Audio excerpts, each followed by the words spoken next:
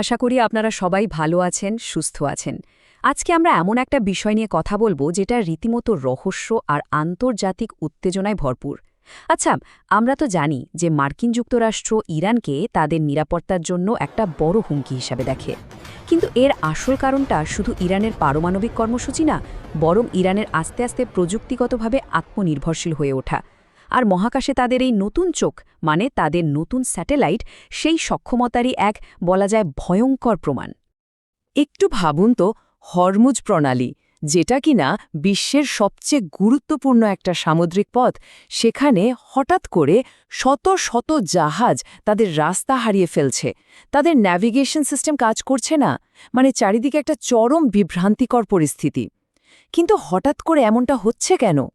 একটা বা দুটো জাহাজ না, প্রায় ১,০০০ জাহাজ এই অদ্ভুত সমস্যার শিকার হয়েছে। এর মধ্যে মালবাহী জাহাজ আছে, বাণিজ্যিক নৌযান আছে, সবাই যেন একটা গোলক ধাঁধায় পড়ে গেছে। এর পরিধি এতটাই বড় যে এটা কোনো সাধারণ যান্ত্রিক ত্রুটি হতে পারে না, বরং একটা বড়সড় বিশৃঙ্খলার ইঙ্গিত দিচ্ছে। পরিস্থিতিটা যে কতটা অদ্ভুত সেটা একটু কল্পনা করার চেষ্টা করুন। একজন জাহাজের ক্যাপ্টেন তার জিপিএস স্ক্রিনে তাকিয়ে দেখছেন যে তার জাহাজটা সমুদ্রে নেই, বরং দেখাচ্ছে যে জাহাজটা শত শত মাইল দূরে ইরানের কোনো এক মরুভূমির মাঝখানে দাঁড়িয়ে আছে। বুঝতেই পারছেন, এটা সাধারণ কোনো গ্লিচ বা ত্রুটি না, এটা হলো সিগন্যাল ম্যানিপুলেশনের একটা ভয়ঙ্কর উদাহরণ। তাহলে এই সব রহস্যের পেছনে আসল কারণটা কি?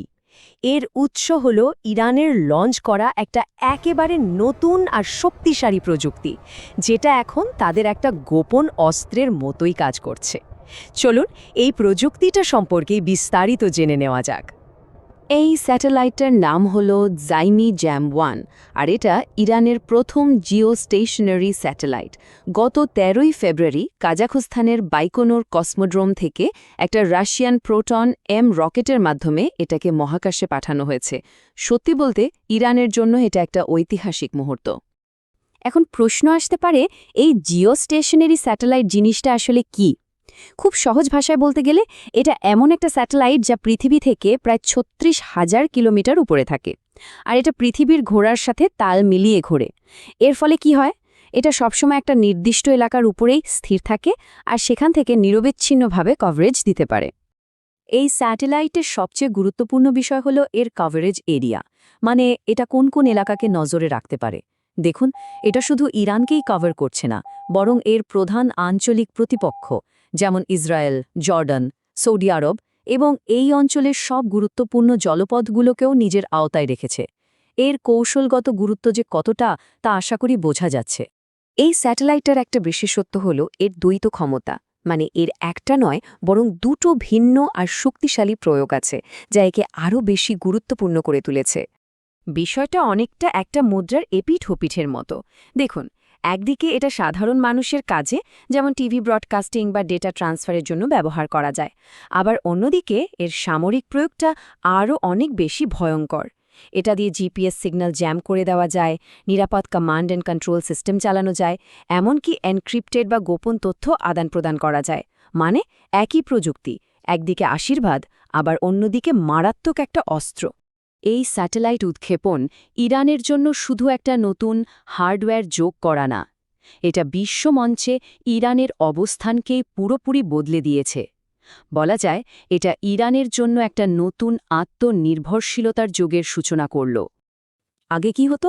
আগে ইরানকে এই ধরনের স্যাটেলাইট যোগাযোগের জন্য চীনের ওপর নির্ভর করতে হতো। তাদের যোগাযোগ ব্যবস্থা, যেমন ধরুন পেজার, সেগুলো শত্রুপক্ষের হাতে ধরা পড়ার একটা বড় ঝুঁকি থাকত।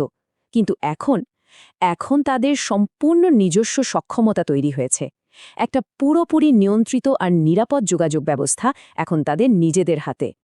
আর এই নতুন নিরাপদ যোগাযোগ ব্যবস্থার সুবিধা কারা পাবে, তালিকাটা দেখুন। লেবাননের হিজবুল্লাহ, ইয়েমেনের হুথি বাহিনী, গাজার হামাস, সিরিয়া ইরান সমর্থিত বাহিনীগুলো, এমনকি গভীর সমুদ্রে থাকা তাদের সাবমেরিনগুলো এর মাধ্যমে ইরানের সাথে একদম নিরাপদে যোগাযোগ করতে পারবে। এর মানে হল পুরো মধ্যপ্রাচ্য জুড়ে ইরানের নেটওয়ার্ক আরও অনেক বেশি শক্তিশালী হয়ে উঠবে। এর ফলে যুদ্ধক্ষেত্রে তারা কি নতুন সুবিধা পাবে? ১ নম্বর, শত্রুপক্ষের গতিবিধি লাইভ ভিডিও বা ইন্টেলিজেন্স নিজেদের মধ্যে শেয়ার করতে পারবে। 2. বিভিন্ন জায়গায় থাকা বাহিনীগুলোর আক্রমণকে একদম নিখুঁতভাবে সমন্বয় করতে পারবে, মানে একই সময়ে বিভিন্ন জায়গা থেকে হামলা চালাতে পারবে। আর 3. মার্কিন যুক্তরাষ্ট্র বা ইসরায়েলের হাতে ধরা পড়ার ভয় ছাড়াই নিরাপদে আদেশ নির্দেশ দিতে পারবে। ইরানের এই প্রযুক্তিগত সাফল্য আসলে একটা নতুন ভূ-রাজনৈতিক বাস্তবতা তৈরি করেছে, আর এই নতুন বাস্তবতাটা পশ্চিমা বিশ্বের জন্য, বিশেষ করে আমেরিকা আর তার মিত্রদের জন্য একটা বিরাট চ্যালেঞ্জ। পুরো বিষয়টার মূল কথা হলো এটাই, যখন কোনো দেশ প্রযুক্তিগতভাবে অন্যের ওপর নির্ভরশীলতা কমিয়ে ফেলে, তখন একটা নতুন শক্তির উত্থান ঘটে। ইরানের এই আত্মনির্ভরশীলতার দিকে এগিয়ে যাওয়াটাই এখন মার্কিন যুক্তরাষ্ট্র এবং তার মিত্রদের জন্য সবচেয়ে বড় উদ্বেগের কারণ হয়ে দাঁড়িয়েছে। এখন সবচেয়ে বড় প্রশ্নটা হল, মহাকাশে ইরানের এই নতুন শক্তির বিরুদ্ধে ইসরায়েল এবং মার্কিন যুক্তরাষ্ট্র ঠিক কী করবে? তারা কিভাবে এর প্রতিক্রিয়া দেখাবে? এই প্রযুক্তির কারণে ভবিষ্যতের সংঘাতের সম্ভাবনা কি আরও বেড়ে গেল?